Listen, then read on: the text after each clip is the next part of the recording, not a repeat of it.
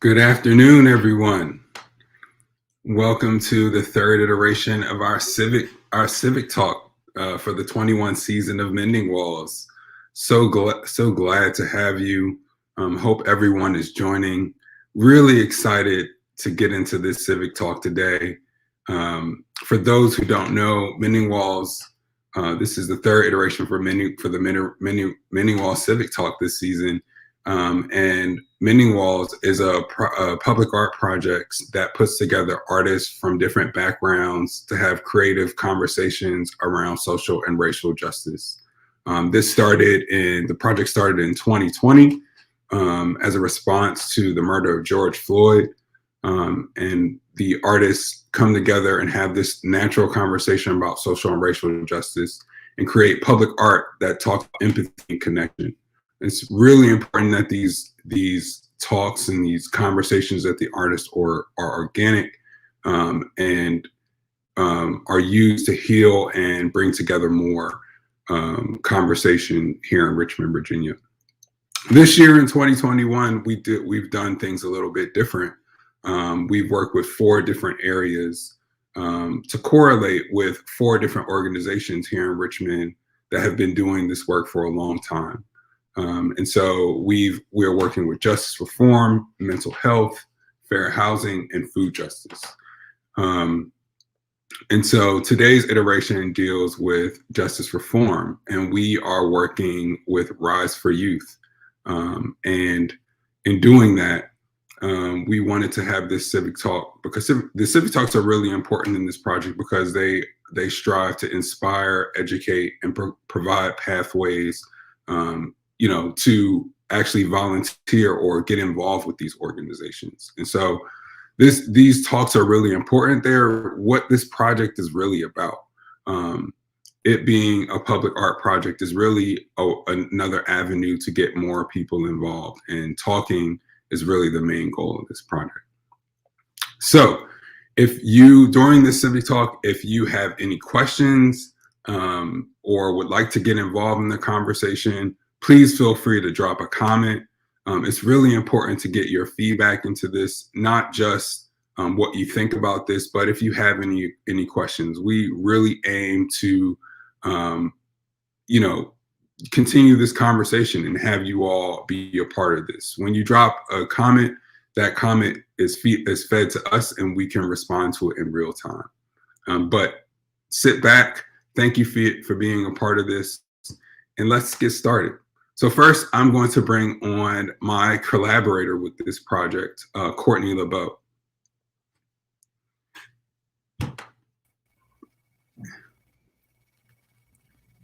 Oh, Courtney we must be having, there we go. Courtney LeBeau. Hey, how are you? Hi, hey, Courtney. Good. So I'm going to let you introduce yourself for a second.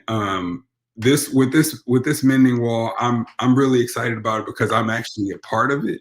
For this one, this is my second kind of Mending Wall.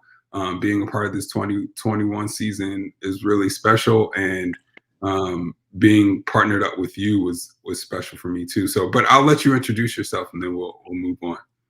All right, sounds good.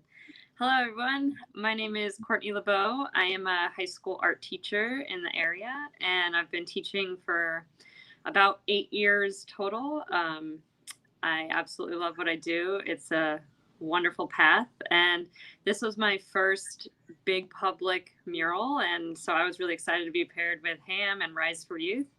When you get approached about doing something like this, that's just an opportunity that you don't say no to. So yeah, I graduated from VCU with a master's in art education and been passionate about doing work with the community ever since living in Richmond. Worked with Art 180 a bunch, which is also how I met Takia. And then I've also worked with the Visual Arts Center. And so really just working in the Richmond community is what it's about for me, and and all regions regionally. Well, being able to, I guess, being the creator and director of this project, I'm able to cheat and kind of pick my partners for this project. And the reason that I wanted to work with you so bad was because of your background in education. And there have been so many teachers who are interested in this work, and I thought you were just the perfect partner. And meeting you through Art 180 also, I just thought that was great. It made sense that a lot of the volunteers that showed up on our volunteers days were all a ton of art teachers and educators, and that just shows that, yeah, teachers are passionate about this kind of work. So yeah, absolutely. So now I'm going to bring on Corey Jones, and Corey is the youth development specialist in Rise for Youth at Rise for Youth. Corey, a Richmond native, leads the work to develop young advocates in Rise for Youth for the program in the Youth Development Academy. Corey graduated from Old Dominion University in 2014 with a bachelor's in science and physical education and a minor in coaching. Corey brings to his work a passion to develop and enrich the lives and experience of the youth to realize their dreams for their lives and their communities. Corey, welcome. Thank you for having me. I'm glad to be here. I've been with Rise for Youth for over a year and a half, and a couple of months ago, I was actually on Instagram and I talked to the kids, and we had a conversation about we wanted to be able to display some of the work that we've been doing, advocacy, and having these conversations. But we believe that it's time to go into our communities, and one of the greatest ways to do that is through public art. So scrolling through Instagram, we discovered Mending Walls, and honestly, we were just fans like everybody else. We just love the work that you all did. And I talked to Ms. Valerie, we had a conversation, and we said, man, we would love to work with them. And I said, well, I'm gonna do what the kids do. I'm gonna send a DM. And I messaged you through Instagram, and I was like, hey, is it possible for us to connect? Because we love the work that you were doing. And it was just magic from there. You responded quickly. We hopped on the call, and we set it up, and now we're here. So thank you for just being able to work with us. Oh, absolutely. It's funny because the universe was probably talking to us at the same time. I think I responded to you, hey, I was about to reach out to you, because I literally was about to reach out to you. It was so funny seeing that DM from you, because you were about to get the same DM from me. Every time. Yeah. So I'm also going to introduce Hassan Washington. Hassan Washington is an aspiring community leader, youth mentor, musician, and Rise for Youth leader. A rising junior at Virginia Wesleyan University, he is committed to bringing a gap amongst the social and faith communities and invest in the building up of the next generation for the greater. Hassan is a gifted musician as well as a singer, serving at multiple churches as a minister of music and worship director. He is also the co-founder and current member of the Richmond-based band, The Vibe House. Did I say that right? The Vibe House. Welcome, Hassan. Thank you. I'm glad to be here. Absolutely. So yeah, I really just wanted to kind of have a conversation about the experience that Courtney and I had with you all, and kind of get into some of the questions, let people into kind of the insight of the mural and some questions around, how it came about and how it was realized. Definitely. So one thing I've talked to our young people about was networking and making connections and collaborating. So the first thing I want to know is how was it collaborating with us throughout this experience? How was the collaboration? And yeah. I can go first. You want to go, Courtney? Sure, absolutely. So the first word that comes to mind is just how open y'all were. Like when we first came to meet you that first day, it was just amazing how vulnerable everyone was about talking about their experiences, and just like so warm and welcoming to us. Like I felt like I really walked into a really special group of youth, honestly. Like, it was like everybody was just really passionate and mature and sharing so many stories from their own personal lives, and I just felt really honored to step into that space as just someone who you just met, and you all were sharing like a family, honestly. So I was just honored to be there and to listen and meet you guys. So Yeah, I totally agree that first time we got to be able to come into your space and learn more about just about who we all were, if that makes any sense. I'm sure the kids, of course, knew each other, but getting to be able to get in the space and have the kids open up so quickly was amazing to me, and it's probably normal for you all, but for me, usually when I step in a space, the kids are kind of like reserved and set back. I can remember doing that when we did that. Like by the end of the session, I wanted to like sit down more and learn about everybody's background, because that's literally what we were talking about. We were talking about everyone's background and how we grew up. And I thought, this is going to be a great project. This is going to be a great project because of how open everyone was. Okay. Thank you for sharing. The next question I would like to ask y'all is, what aspect of learning about Rise for Youth influenced the concept of your work?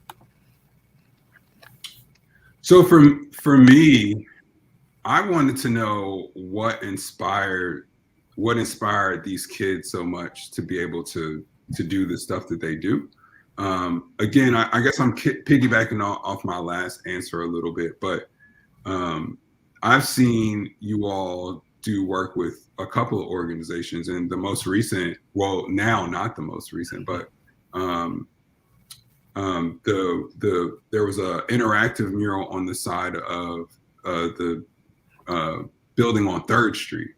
And so hearing those murals, that mural was so powerful to me is because the interactive part let me hear the kids' voices and let me hear, what they were saying. And there was just this authenticism to it, that I was just kind of like, man, I've got to do something with Rise for Youth. Like, we have to do something.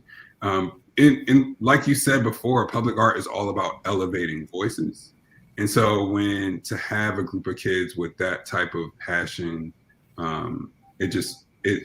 that's what art's for. It's for elevating voices. And I'm just one of those people who tries to heal with art. So I was like, let's do another one. Like, let's find another way to elevate their voices. So that was my purpose in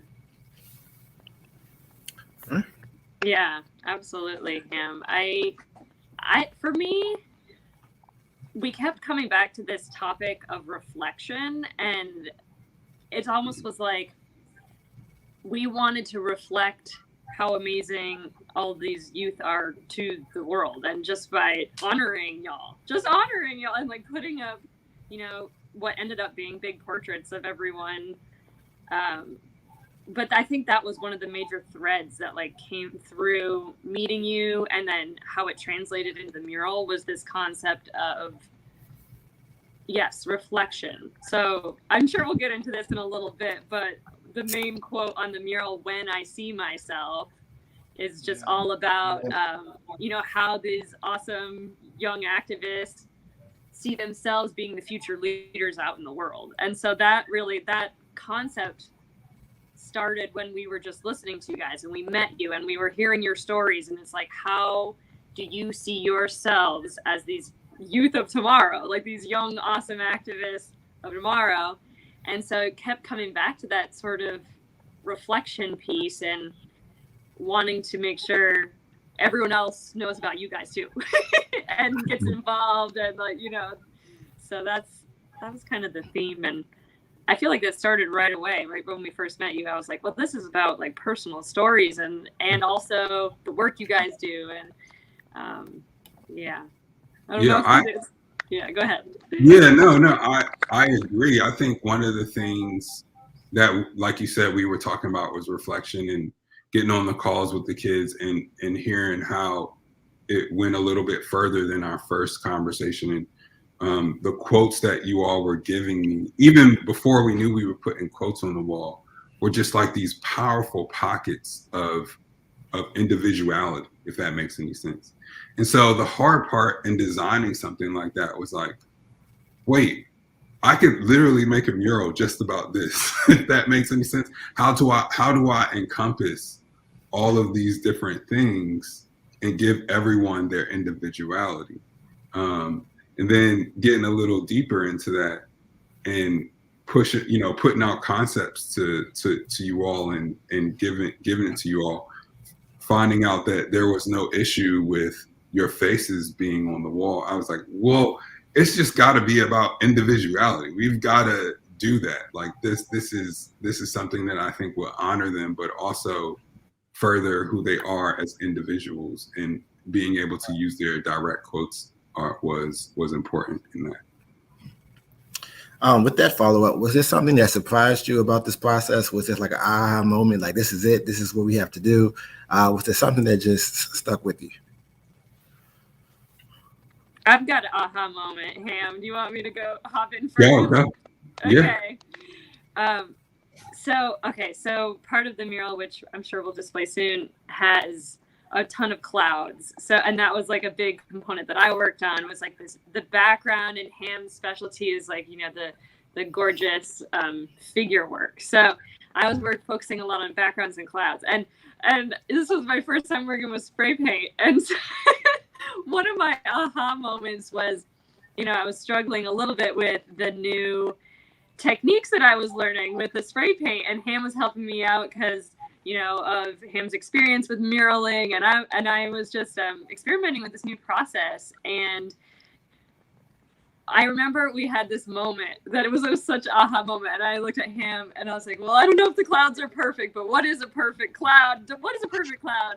And then in that moment, what I realized was, this is just so perfect, because you step back and you're like, wait a minute, if this cloud is not like a perfect cloud, that does not matter. What matters is the message of this gorgeous mural is about these youth, and it's about putting y'all out in our community and making sure everybody knows about Rise for Youth. And like, that was the moment where I was like, it literally, if that's just the artist's mindset, sometimes being hard on ourselves, I think, which is funny. Like, as an art teacher, like, I tell my students, like, don't be hard on yourself if one little thing isn't just so, right? Like, what's the concept? What are you trying to get across here? And I think that really comes through in our mural. It's like, it's about you guys, it's about Rise for Youth, it's about your gorgeous individuality, like Ham was saying. And that aha moment was just like, you can let go if the spray paint of the one little cloud is a little like off kilter. Yeah, you get wrapped up into that sometimes, trying to make it perfect. But I think wanted to go a little deeper into the clouds, just the reason that they're there in general. We were playing off of Rise, like having the kids up in clouds, like above.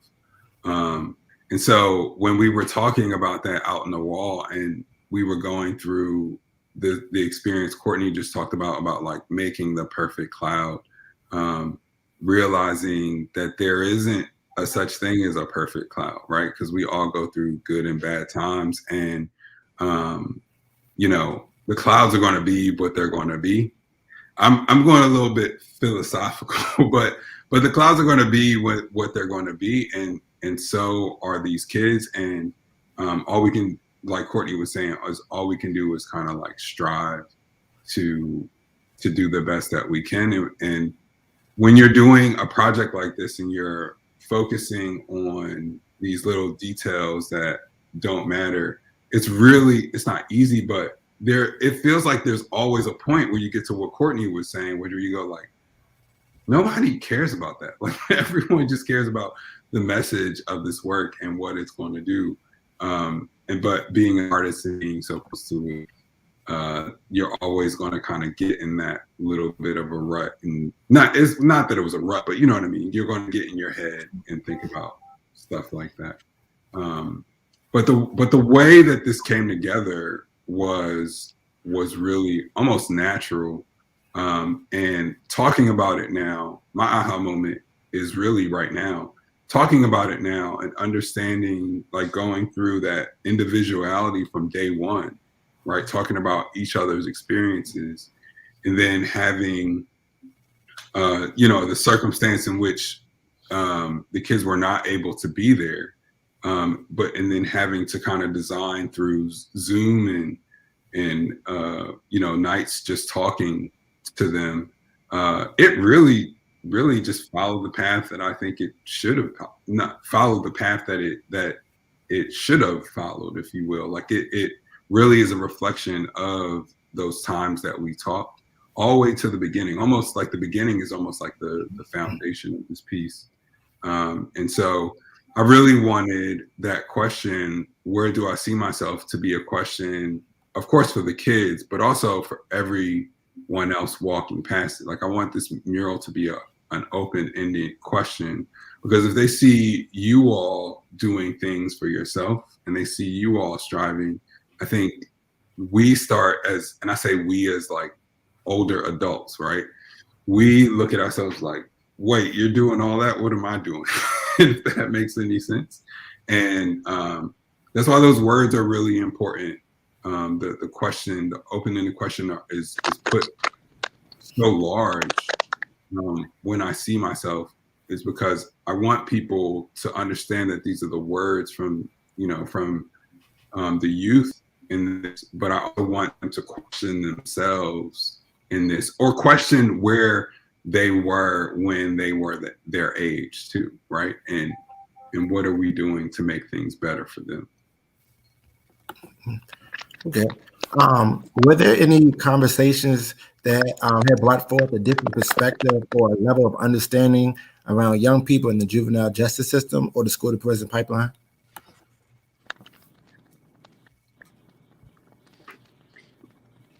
Sorry, I couldn't quite hear you there, Corey. Okay. Oh, I'll say it again. I said, were there any conversations that you had that brought forth a different perspective or a different level of understanding around young people in the juvenile justice system or the school to prison pipeline? Could you hear me? Yes, thank you. Oh, okay.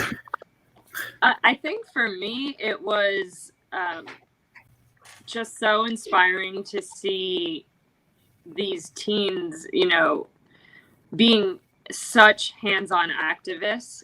To me, that was the biggest takeaway. Like, I love that they were, I know what, in perspective, like, I know adults that see the problems in our society and just say, oh, this is a problem. But like, these teens are like stepping up to the plate and like, I'm going to do something about it. And for me, that was the biggest just like observation I had about the school to prison pipeline. Like, and I hope everyone listening to this talk and everyone that walks by the mural has a moment to pause and say, what am I doing to better this society? Like, maybe they look you guys up in your organization and say, oh, wow, like I could get involved with this. Like, that's the hope for me, So for me, it was really about the opposite of that question, which is like how much the school to prison pipeline affects everything else. And hearing the youth talk about that made me understand that, because I thought especially when we first came on that first meeting, we were going to sit down and talk about the school to prison pipeline, right? But we didn't. It was a little bit of it, but we talked about what that affected.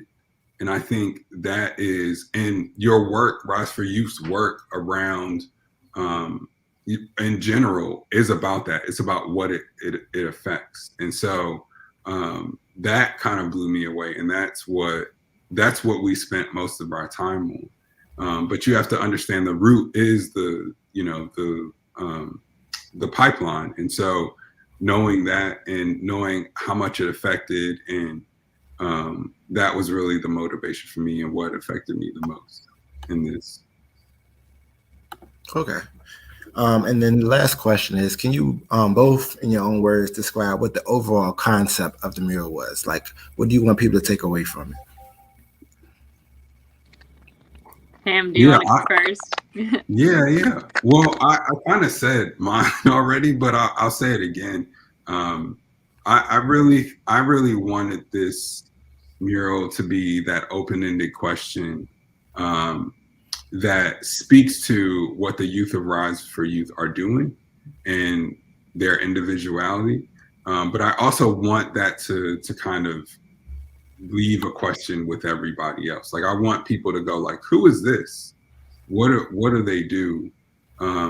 What are they doing? And why is it here? Because with those questions kind of leaves you a pathway to try to find out. And hopefully they see that, Rise for Youth in the middle and go like, I'm gonna figure out what Rise for Youth is. And then want to go take action and be a part, or just tell somebody about it, right? Just telling somebody about it and getting the message out about it is equally important. And so I know when we had volunteer day, those 2 volunteer days, so in every Mending Wall, we have 2 volunteer days where people can come either, in this case, work on the mural. When we do that, people get to learn about Rise for Youth, and they get to, kind of learn what they're about. And so my hope is that in the same way, when people come volunteer, they learn about it. When they walk past this, they see this and go like, what is this about? Right. And they try to seek out more information about it, and hopefully either tell someone or contribute themselves to the organization. Thank you. Thank you so much. For me, I could boil down this, concept being about really came down to hoping that it feels like a celebration of y'all. Like, a celebration in terms of, I kept saying to him, I imagine like these folks coming down here in like 10, 15 years and be, who knows what their future is going to be then. Maybe they'll all take this activism even further and run with it. Like, I just kept imagining, I don't know, snapping cool photos with it, and just like how a celebration of the work that y'all are doing, because that's what, teens doing this work deserve. It's just to show the community, like, this is people who are doing amazing things. And so it really came down to, a large scale portrait. I feel like that's I guess I keep coming back. I wish I had a portrait of myself on a building at that That's age. what I mean. Like, it feels like such a cool celebration of you guys. And that's what I think the real meaning of it was. And of course, the reflection piece, like we were talking about before. Anyone walking by, like Ham said, who is this organization, or what are they doing? What do these quotes mean? Like the reflection, I hope they stop and read it. And I hope that they, question those things. And there were a lot of people walking by while Ham and I were working, and a lot of the questions that came up were, are these people from Richmond? And I'm like, yes, in fact they are. And like got to tell them like about you guys, and like, go look them up. They're doing really cool things. Trying to make our world a better place. So that's the meaning. For me, it was, Yeah, and I think we should, since Hassan is on this and is on this call and is the third face in this mural, I would love to ask you, like, how do you feel about it, and what, how the first time you saw it, what did you think, and what does it mean to you? Quite honestly, when it first came up, I was at a loss for words. I chose not to see it until it was done. So to see that our work in such little time has spoken for itself, that we have not 1, not 2, but 3 murals in the city. It's like, that's amazing. And to say that at 20 years old, I've already begun to leave a legacy, something that, for as we see it now, will last forever. This is important, and this is history, and it's a testament that hard work pays off. Hard work does pay off, because it's not the easiest job for us, and we are an army of young teenagers, young adults. It's serious business. So even now, I'm just like, wow, my face is really on the side of a building. So it's amazing. Absolutely, and what it represents too. I I wish and I hope we still do this in the future. Go meet at the wall with everybody if that opportunity arises. But I did have the opportunity of meeting you and one of the other youth at the wall, and to see y'all faces and be excited about it. You have no idea how happy I was to see your joy around it. As the artist, that's one of those things you're like, I hope they like this. So it's really good to hear. It's really good to hear that. Have you had any other feedback from the other members in the group around it? On my end, like, everyone loves it. I keep in close contact with the fifth face in the mural, Chris, who's actually right now, he could not see it in person. He's at school in Alabama. And I showed him, because he's one of the later members of the group, right, Corey? Yeah. I showed it to him. He's 18 years old, and he's been through a lot in life. But I showed it to him. I said, this is what making the right decision will do. This is what putting in hard work and persevering will do. So I reminded him that his hard work does not go unnoticed, and it would be the same thing for him in school, because this is a path that he's chosen to take that he did not think he would make it. But he is now a freshman in college, and he is making it. So this is a symbol of strength for all of us, I believe. That's awesome. I couldn't ask for anything other than that in doing this. Like, that's all I wish for in being able to partner with you and do this. Yes, sir. Do you have anything else, Courtney? No, just hearing that was exactly what I hoped as well, having that intention. So that just makes me so happy to know, exactly what Ham just said. That's what we wanted, just to show everyone how awesome you guys are. Yeah, absolutely. Well, all right. Well, let's kind of transition over into the next segment of this Civic Talk. This year, like I was saying, we like to give the organizations that we partner with a chance to talk about their work, really dig into their work. I just want to remind people, feel free to ask questions on all the streaming platforms. We're on Facebook and YouTube. Feel free to ask questions. That's what we're here for. We'll be able to get those questions to the panelists here. Just leave a comment and on the platform that you're watching on, and we'll be able to do that. So as we transition, I believe we have a small video that we'll watch, and then we'll let you lead, Corey. All right. This is a world of our own making. We have the power to transform it. Everyone needs to do their part. This means you. Me and you. Me? And of course you. Yeah, you behind the screen. We're talking to you too. Did you think you could just watch us work? We said we're about to change the world. That means all hands on deck. So walk with it.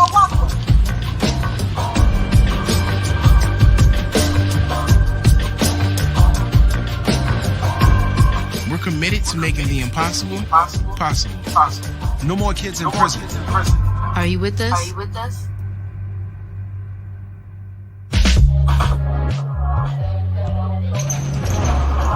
For some reason, society thinks that prison rehabilitates young people. But what it actually does is mistreats and dehumanizes them.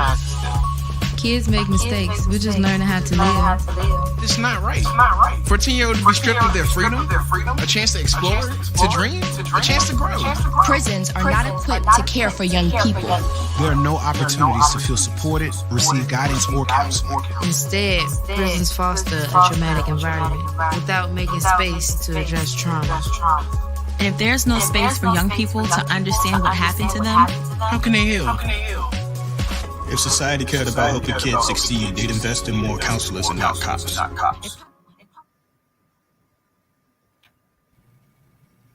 Hello, everybody. Once again, my name is Corey Jones, and I'm the Youth Development Specialist with Rise for Youth. RISE stands for Reinvest in Supportive Environments. Rise for Youth's mission is that we are a nonpartisan organization committed to dismantling the youth prison model and ensuring that every space that impacts a young person's life encourages growth and success. RISE promotes the creation of a healthy community and community-based alternative to youth incarceration. Our work centers around youth and their communities together and challenge racial and social injustice in Virginia. The way Rise for Youth is currently constructed, it's kind of like 4 different components and we all come together. First, we have Valerie Slater, who's our executive director. She's responsible for leading the Rise for Youth Coalition and advocates for the rights of our young people through the juvenile justice system. We then have James Braxton III, who's our strategic engagement director.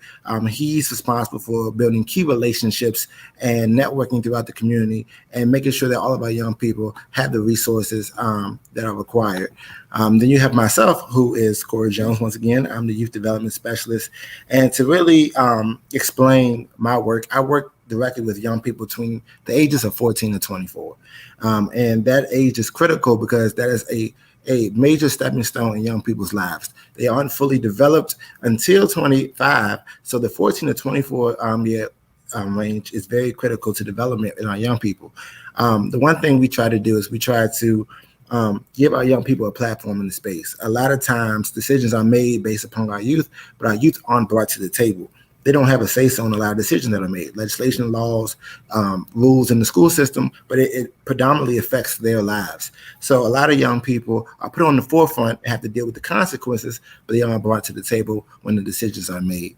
And then lastly, who is joining with us right now, we have Amanda Silcox, who is our legislative coordinator, and I'll allow her to introduce herself. Hey everyone. So I serve as legislative coordinator, as Corey said. And I really see my role as building on the amazing work that Corey and our youth advocates like Hassan do and the issues that they bring to us, right? And try to take that to the state capitol here in Richmond and make change across Virginia. So that's a little snapshot of what I do. Okay, cool.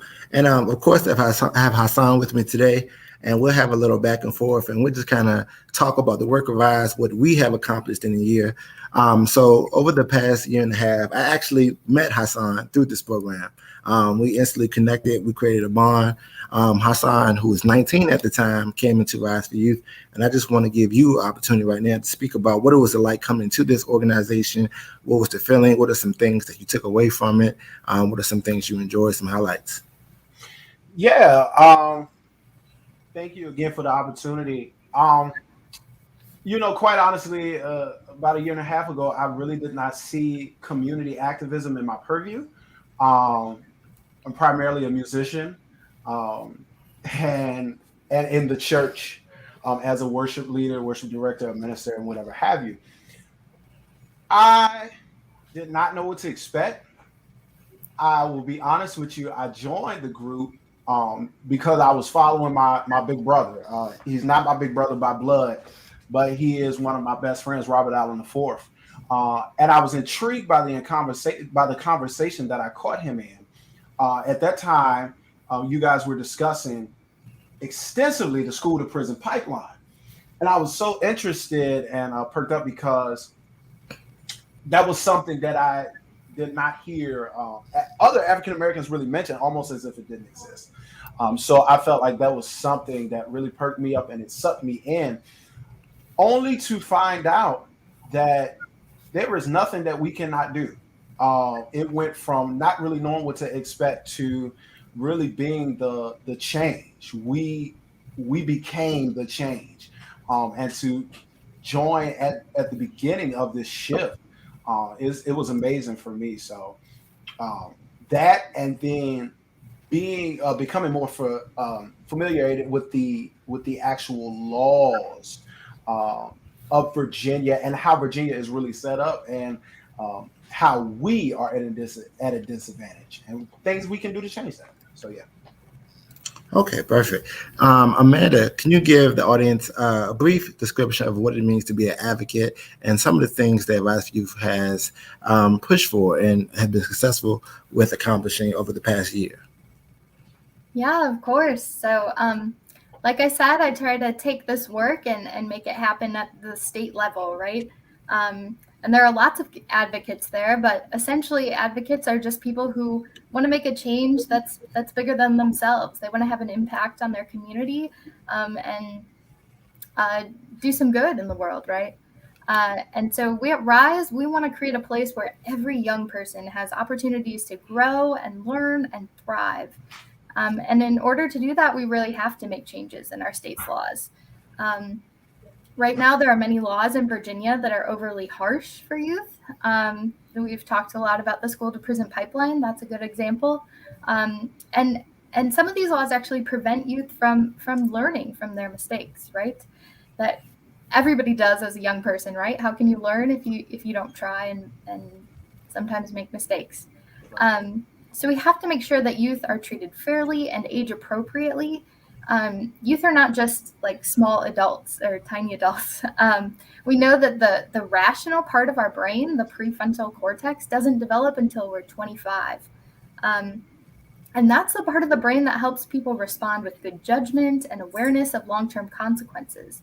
But in young folks' brains, those connections are still developing, which, if you are a teen or if you were a teen, you might remember like responding a little emotionally, right? In an overly emotional way. And then sometimes folks can't always explain like what they were thinking in that moment. And that's just, the brain isn't fully connected in that way. And our state laws really have to recognize the science, and we have to treat young people differently from adults, especially in our justice system. Another example of these laws that needed change was that in Virginia, if a young person was incarcerated, their parents were assessed child support or pay-to-stay fees. And we heard from folks who shared with us that these fees were upwards of $1,300 a month, which is just a massive cost, already, but to impose on a family at an already really challenging time. And even furthermore, this money wasn't going towards the care of that specific young person for supplies or therapy or treatments they may need. It was just going into the Department of Juvenile Justice's general fund. And this was really serving as a punishment for parents. But luckily this year, we were able to pass a bill that eliminated these fees for parents. We worked with Delegate Hope from Arlington, who was critical to making this happen. And the bill just went into effect on July 1st, 2021, which was very exciting. And Corey and Hassan were there with us, and the governor and Delegate Hope, and we got to see the bill signed. So that was really cool. Yeah. And then so every year the Virginia General Assembly gathers, and for 2022, it begins in January, which may seem far away, but really it's not. And we have already begun making plans and doing outreach. So we'll be building on our work this year to eliminate the child support fees. And so this year we'll be working to eliminate all fines and fees for youth who find themselves caught in the criminal justice system. Fines and fees really just don't make sense for youth and young folks who should be getting their education, who should be getting job training. They really can't work. And those who can work, right, can't really make very much money. It's just simply not an effective, fine, and it really causes a lot of problems for young folks and their families. We'll also be working on a bill to keep kids who have committed the most harm close to the communities that they're from, so they can access their support systems, their family, their coaches, and other trusted adults, and then make an easier transition back to their normal life. And so this legislation will also keep the size of the facility to 30 youth or fewer. And that kind of environment eliminates that anonymous institutional prison feel and is shown to have the best outcomes for youth who are really struggling. And this is our flagship legislation, I like to call it, that's named Healthy Communities, Secure Care. And currently, like I said, there are a lot of these bad laws out there. Currently, there's a law that allows a judge to incarcerate a young person, someone who's already gotten in some trouble, but allows a judge to incarcerate them for up to 7 days for simple status offenses that normally aren't eligible for incarceration. This includes things like not going to school or running away from home. And we're working to eliminate this because these types of actions are often cries for help, right? And young people who are really struggling need support, they need counseling, they don't need incarceration. Incarceration makes all of these problems worse and just further traumatizes our youth. And finally, we'll be working with other groups to eliminate criminal penalties for youth found in possession of marijuana. As most folks know, Virginia recently legalized marijuana for adults, but there were criminal penalties for young people. And again, kids who are using a substance like marijuana are probably dealing with some tough things. They need support services, not criminalization. Criminalizing youth simply wastes resources, and it doesn't create more opportunities for young folks, and it certainly doesn't keep our community safe. There's a lot of other stuff we'll be supporting, including ending the use of solitary confinement, repealing mandatory minimums, increasing funding for our public schools, a lot of things. But we're definitely staying busy as we move into 2022. But it's all such exciting work that is really informed and done by young people like Hassan here. And since the General Assembly will be in person this year, I'm really hopeful and excited that we might be able to bring some young folks to the Capitol to testify on our bills and meet with legislators. So hopefully that would be a really good time, and we'll all learn a lot. Thank you, Amanda. And I also want to touch on the Youth for Rise aspect, which Hassan is an active member. We do have a Youth for Rise segment where we have young advocates between the ages of 14 to 24. They go through a membership process. Once they are accepted, they are a member of Rise for Youth. And what that is that's an advocacy training. We teach the young people all the ins and outs of advocacy, but we really ask them to bring their stories and their experiences to the table. One thing that's very important is that a lot of young people don't realize the differences in their lives until they come together and have those conversations. And it's unique to see 10 young people from all different walks of life sit in the same room and have conversations. For example, when we talk about the school to prison pipeline, we have young people who live 5 minutes from each other who have been to 2 different schools and are zoned in 2 different places and have 2 different experiences. Some experiences lockdown and in-school suspension and hall raids. Some 5 minutes away have never experienced those things. So young people are being raised differently based upon the zone where they live, the mile marker. There's a lot of factors that go into a young person's life. Also, young people, they want to be heard. They have a voice. They have opinions. They have feelings. They have emotions. Hassan can tell you as well. Sometimes they just need a platform. All the young advocates in our program, like Hassan said, they never really imagined being here. But once they walk through the doors and they get to relate and have those conversations, they were awed by each other, and they grew together and formed a great community. Additionally, we have formed a youth development academy, which is taking place currently. We were able to supply 15 young people with an experience to learn about advocacy, go through a week-long intensive training, meet different organizations, learn about environmental advocacy, food and justice, different community aspects that are they are around every single day. And these young people are still actively learning. At the end of this academy, each young person will receive a 6-month internship. So when we talk about reinvesting in supportive environments, we're taking community resources and reinvesting in our young folks and our young people and giving them everything they need to succeed. Additionally, Hassan, as we talk about experiences over the past year, what is something that was eye-opening or the biggest experience to you? Oh, the biggest experience. That's hard to say. If I could dwell on the bigger part of the experience being able to be in learning environments, like constantly learning. Learning about things that I've been around but never noticed. And I think that all of that, and then my second, if I could give a second one, an actual experience per se, when we actually went to Florida, and we took that trip to Florida for 7 days, and we were able to release some things off of ourselves. Although it was a retreat, we truly retreated, because a lot of us, we did not know each other. We'd been working at that time maybe like 5 months together and really did not know each other.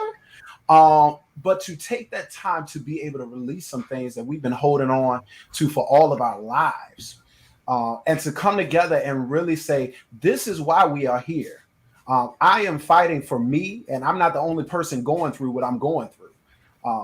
So to have that kind of release and to have that kind of powwow and come back to Richmond on fire, that was an amazing experience.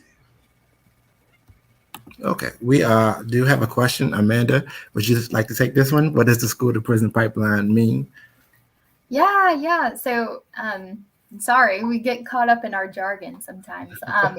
But the school to prison pipeline is really when students are referred to the juvenile justice system for minor misbehaviors, by, what we want are the schools to deal with these problems in the school, right? We don't want our young folks to be referred out to police. We don't want to criminalize them. We want them to learn from their mistakes, and grow from those, right? So school to prison pipeline is just when kids are being referred from school, getting in trouble at school, but then finding themselves in incarceration, in prison. Now, we've heard about stories of kids who have kicked a trash can, kids who had laser pointers and accidentally pointed them in someone's eye, and that's considered assault, and that gets referred out to the criminal justice system. And that's what we want to avoid. We want to keep those problems in the school. All right.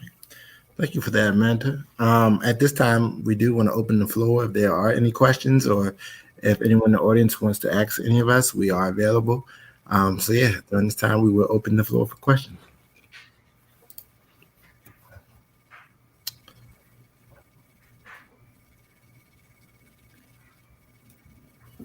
All right. Yeah. We'll see if some trickle in. Yeah, exactly. So Hassan, as you are, currently our youth member, so how are kids able to join Youth for Rise? That is an amazing question, because Hassan actually referred someone to us today. All right. So young people, all we ask is that you bring yourself to the table. They can email me at Cory, CORY, at rise4youth.org.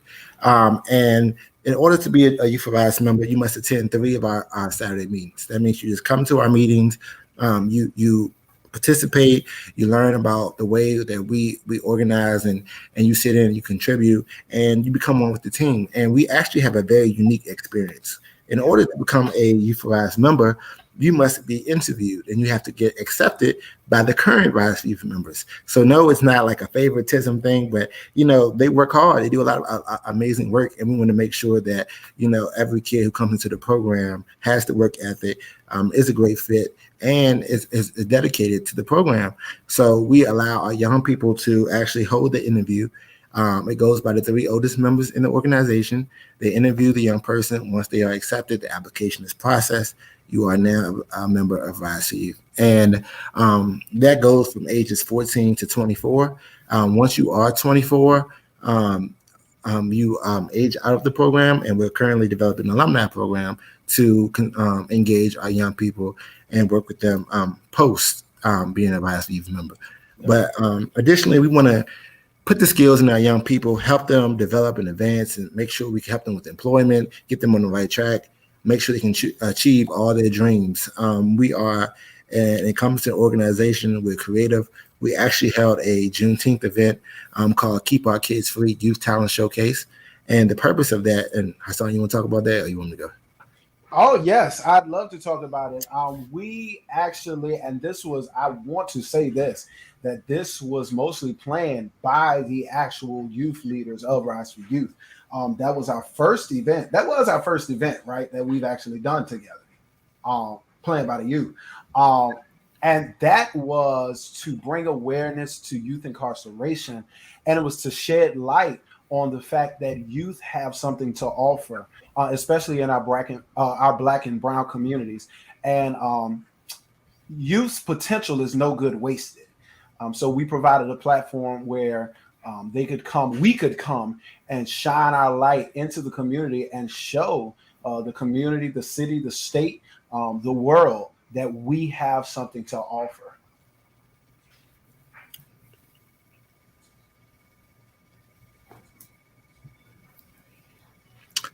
We have a question. What youth challenges do you foresee with the reopening of schools as it relates to the work of Rise for Youth? Want me to answer that? Yeah, go ahead. What challenges? The only challenge, or I would say the first challenge that comes to mind, is probably the focus itself, and to take our children away from education is not what we want to do. We do enforce education, so that would be the only thing. I don't know if that would affect participation. And then with us within the Rise for Youth community, actually shedding light on both the pros and the cons of the public school system as it stands today, may be something that might turn the attitude of the youth.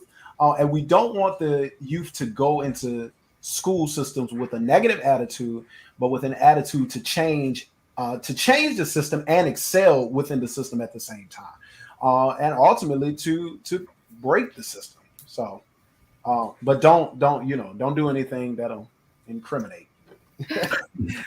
I think too, I can add on to that. I think that kids are used to being at home, right? For Yes. What is it now, a year and a half?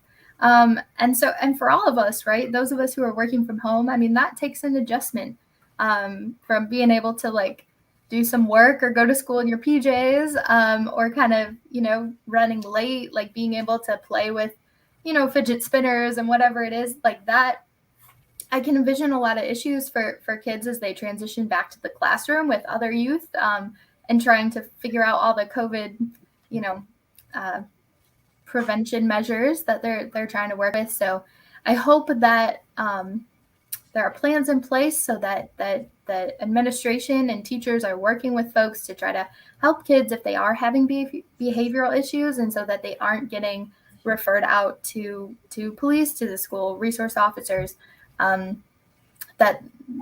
Lots of patience, right? This is a crazy year, so we need lots of patience for everybody.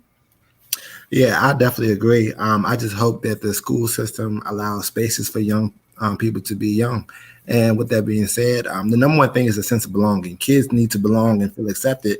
And a lot of times, some of the attitudes or some of the actions you may see is latching out for attention. It's like hey, I cry out for help. I'm uncomfortable. Something's going on. And a lot of times we don't see those warning signs, and immediately we go into punishment. And it's like, you shouldn't be doing this, whatever. But we don't scale back, and we don't look at the issues. We don't look at each individual case and get to know the kids and get the relationship with them to understand some things that are going on behind the scenes. So there's a lot of elements that go into that. And, school can be a challenging place, for the mental health of kids, and just belonging and being there. So everyone has a different learning style, and when you incorporate a lot of people into small rooms and small spaces, sometimes you have to conform and become something else. So just allowing kids the opportunity to grow, be themselves, and to be into a safe space. I will jump into that. This is the reason why we need to fully fund our public schools, right? We need to invest in these kids. We need support staff. We need more teachers. We need lots of resources and school supplies so we can help kids, get through their challenges and get through their struggles, and have the resources to support them so they can achieve all of their dreams, right? And I think a lot of that comes back to funding. We can't just fund the things that are like air filtration systems for COVID. We've got to fund, smaller class sizes and all of that. So, yeah. Definitely. And another thing is, as we talk about this public art, one of my greatest aspirations, especially with our young folks, is I hope there's a young person who drives by or walks by and see our youth advocates on the wall and see us in this public art figure and is mesmerized and says, who are they? What have they done? they look like me. That person's around the same age as me. How do I get involved? Sometimes, a lot of times in the newspaper and public, negative comments are always displayed. When young people make a mistake, it's always front page news. So I would love to see more of these opportunities reach front page news. Young people to see other young people doing successful things in the city and get involved and say, hey, I want to create change in my community. So our youth leaders can become the new leaders for the next generation. What are your thoughts about how adults generally react to youth with challenges? Wants to go first? I guess I'll go first. I would say this as a youth and a young adult now, and having to deal with youth that are younger than me, it takes a lot of patience. Don't not have patience when you're dealing with children. It's a developmental stage. It takes time. It's going to take time. Scientifically speaking, it's going to take until at least they're 25. So you have to take that time and make sure that you are investing into their development and not just kind of pushing it. You have to actually put in the work and invest it. We cannot develop we can't develop ourselves. We have to be looking at something. There has to be an example of something. There has to be someone that we are looking at. And it's like, that is what we need to be, this upcoming generation. So definitely more patience and set the good example. Make sure that you are setting the good example as the adult. This one kind of hits home for me. I actually got into this work because as I graduated from college and I came home, there were a lot of adults who made decisions for young people who didn't engage with young people, and they didn't look like me. They didn't have the relationships with the young people, just hammering down decisions. Oh, a young person needs to do this time to that time. And I think we had like an old way of thinking that young people need to do X, Y, and Z. With young people involved, and I think everything starts with relationship building. I've had relationships with young people who, if you let someone else tell it, they're trouble. But once you sit down and you build with them and you take the time to get that relationship with them, I haven't had problems with them. So I think it's oftentimes we generalize a lot of kids, like, oh, I've seen this before, or he's this, or she's that. And it's like every child is different. And it takes time, and you got to sit down and develop them. And I know in a classroom setting or a large group setting, sometimes it's hard. So honestly, it takes more. It takes, like Amanda said, it takes more funding for more hands to be brought to the table. It takes more people. It takes more time. But a lot of times, unfortunately, when dealing with young folks, we're under-resourced. We don't have a lot of things at our table to be able to really make the changes we want to see. And then you have, overcompensating, and everybody gets grouped and generalized together. So I think it just needs to be more investment into our young people in the future. Yeah. And I think too that adults react to youth normally in the way that adults reacted to them when they were kids. We only know what we know, right? And we know our experiences. And so I think a lot of adults are used to a kind of tough love approach. But I think at some point, we have to break those generational cycles and support youth and try to help them in ways that we may have lacked as kids. Yeah. All right. Looks like we had this question. Do we have another question? Yeah.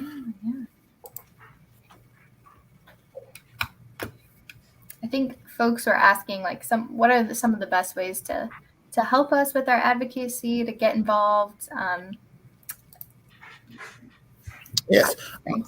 Perfect. So we do have a monthly volunteer meeting with where people can come in and become a registered volunteer with Rise for Youth. The best way to get involved is actually to head to our website at www.riseforyouth.org. On that, you can contact us about getting involved, becoming a mentor or a leader, or working in our organization, helping us with the administrative aspect or pushing some of the bills and working with us in our each department. one thing that is great is that we are always looking for experiences for our young people. So we always say that, like, our young people need experiences. We can't just talk about it. We have to be about it. We have to go out in the community. We have to show them different things, expose them to new things. So if you are a community liaison, or you have a business, or you have something and you want to expose young people to a new avenue or a new way, feel free to contact us, or contact us to get involved, or contact us if you want to work with Amanda to, work with some of her policies and changes, and you'll get to work with young people like Hassan. He'll be the beneficiary of it. So we would definitely love a lot of the participation. Yeah. All right. I heard you mentioning your leadership academy and young people getting internships. Yes. So currently we're looking for community organizations. Basically, we have 15 young people. They all have different interests. We've had different partners in which expose them to new things. The type of businesses we're looking for is an organization that will be able to take one of our young people under their wing for 6 months and really develop them. Show them the way, show them how to work, what it's like to work, be patient with them, and also put them on a career track. Not just, hey, you did 6 months, we got free work out of it, thanks. We want to be able to build and grow, and the young people can have a sustaining relationship. So if a young person were to intern with you, what happens after that 6 months? What can they take with them? What's in it for both sides? How is that young person developing? So we're looking for a lot of community and advocacy organizations or businesses that will help invest in our young people and prepare them for a career track. Did you want to? Okay. Perfect. Hassan, can you talk more about the film that we previewed earlier, the makings of it, how it came about, and how can the people watch more of it? Yes, that film is based around our subject of keeping kids free, and dismantling youth incarceration. You can find that video. Hopefully a link will be dropped or something of that sort on the Mending Walls page. And hopefully we can do the same thing on Rise for Youth's page. It's about 7 minutes long, but it gives a lot of good information. And we even include some important statistics on the effects of youth incarceration as it stands today. And I thought I heard your voice in that video, Hassan. Was that true? Yes. That is. I'm sorry, because maybe I gave a little vague explanation, but that is. It includes Rise for Youth Leaders, and I cannot remember the name of the other organization that we worked with, but some of their youth as well. The way that we came together with the directors, it was just all together. It's still amazing to me how people honor us with these different works in such a short time that we have been doing this community work. But we shot it over 2 days actually at City Hall, and it was an amazing experience. It was amazing to be a part of a professionally shot film. It was really great work. Thank you. Yeah, and I just heard, Hassan, you say it's amazing how, you work with so many people. It's y'all's energy. It's what y'all do that make us want to work with you. It's just amazing work, and your work speaks for itself. And we just want to be a part of it, like helping. So just as one organization reaching out to another, at least I can give my response and let you know why we wanted to. Yes, sir. We can't thank you enough on behalf of all of the Rise for Youth Leaders. You have immortalized us, and there's nothing that's greater than that. You have stamped us into Richmond's history. So we thank you for that, sir. To all of Mending Walls, we thank you guys. Oh, no problem. And I think you all stamped yourselves into Richmond history. We just were able to be part of that voice. So appreciate it. Hey, Corey, do you want to just give a quick of how people can reach out to you and Rise for Youth really quick? Yes. If you can go to our website at www.riseforyouth.org, we have a lot of information about our staff, some of the work. We have videos on our webpage. There's actually a contact form where you can contact us, and you can put if you're interested in volunteering, becoming a member, obtaining more information, and then we will be able to contact you directly. All you have to do is go to our website, which is, I believe, right here on the screen, www.riseforyouth.org, and we'll be in touch. Absolutely. Well, thank you, Corey, Amanda, and Hassan. That was really great. A lot of actionable items for people to follow and to learn more about. As Corey just said, you can learn more on their website. And we've also kind of put up a slide here of how to reach out to all of you, as well as Courtney LeBeau, who was a part of the project. And I can't thank you all enough. It was just great that we had the synergy to reach out to one another at the same time. And hopefully we can I still want to get you up on that offer of getting all the kids there together, all the youth there together. I gotta stop calling them kids. All the youth there together, and still doing something at that wall. So really appreciate it. The other thing I want to do is kind of just thank all of our partners at Mending Walls that actually made all of this happen this year. Hands on Greater Richmond, who does the volunteer projects, helps us organize the volunteer projects. Like I was mentioning before, we have 2 volunteer projects at the start of every project. Without Hands on Greater Richmond, we wouldn't be able to organize half the stuff we do. So I really appreciate you being a part of that. Hutton, Andrews, and Kurth, Altria, St. Paul's Episcopal Church, RVA Street Art Festival, and CarMax. Really appreciate your support in this project as well. Without you all, this wouldn't be possible this year also. So just really grateful for your generous contributions to the project. Moving forward, I really want to just remind everyone that that again, you can check out Rise for Youth. We kind of put up some of their social media contacts here, and along with the donate QR code. But also some of the things that we have coming up for the Mending Walls project. Mending Walls has our documentary that is set to air at the Bird Theater on September 7th. It is part of the Richmond International Film Festival, and you can buy tickets for that on our website at mendingwallsrva.com. And stay up to date on those things on our social media, Instagram and Facebook pages.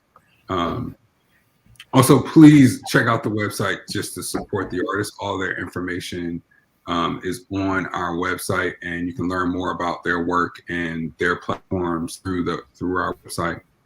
Our podcasts are actually on their way back. We haven't aired them yet, just because we have a longer schedule this year. But our podcast, the first one is set to air September 3rd.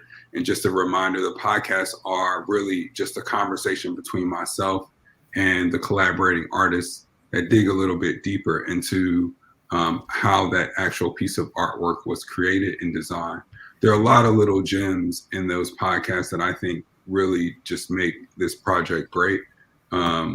It's one thing to see the mural, but to know the background behind it and the little gems, like things that happened at the wall while it was painted, or just digging into their initial design concept is really important. So the first podcast will air for this season, in the 2021 season, in September 3rd.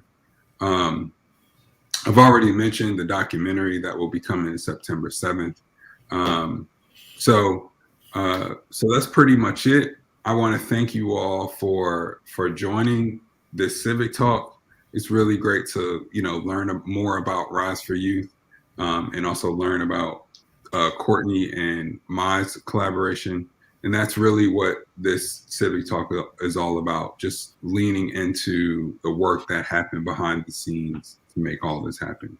So again, Corey, Amanda, Hassan, thank you for being a part of this Civic Talk. And I want to leave space. Do you all have anything else you want to say? Is there anything you didn't get to say? No, I just hope this isn't the last time we get to work together again. Oh, absolutely. Absolutely. No, absolutely. Again, and I hope that meeting at the wall stirs up that conversation also. So absolutely. I would love to, and just had a joy in working with you all on this project. Yeah, thank you so much. No problem. All right. Thank you all for joining. All right. Thank you. Bye, y'all. Bye. Later.